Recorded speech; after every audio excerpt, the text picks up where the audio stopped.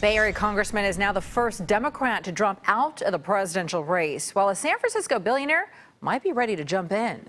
KPIX 5's Wilson Walker live in Dublin, where Representative Eric Swalwell made his announcement today. Wilson? Well, that campaign started exactly 3 months ago, 91 days to be exact. Today, it came to an end. I told my wife and our staff and my constituents and our supporters we are only running for one reason: to win and to make a difference. In a Dublin Union Hall surrounded by family, friends, and staff, East Bay Congressman Eric Swalwell announced the end of his presidential campaign. He says the numbers just were not going to add up, especially as the debate field requirements grew more demanding. Look, it's a talented field, and that was one of the challenges, I think, for us was had a lot of heavyweights in that field. Swalwell, of course, did appear in the first debate and made a few headlines for himself. Joe Biden was right when he said it was time to pass the torch to a new generation of Americans 32 years ago.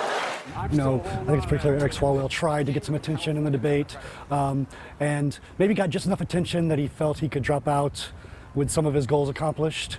San Francisco State political science professor Jason McDaniel predicted Swalwell's departure last week. He says those debate requirements and the money required for a presidential campaign are going to narrow that wide field in the coming weeks. But oddly enough, and this is unusual, is that we're also having other candidates enter in pretty late in this cycle. Not historically late, but for this cycle. And, someone like Tom Steyer, who, the rumor is he might be about to enter after the first debate. That's kind of crazy in the sense of they're not running to win. All right, so why might Mr. Steyer be joining this race late in the game?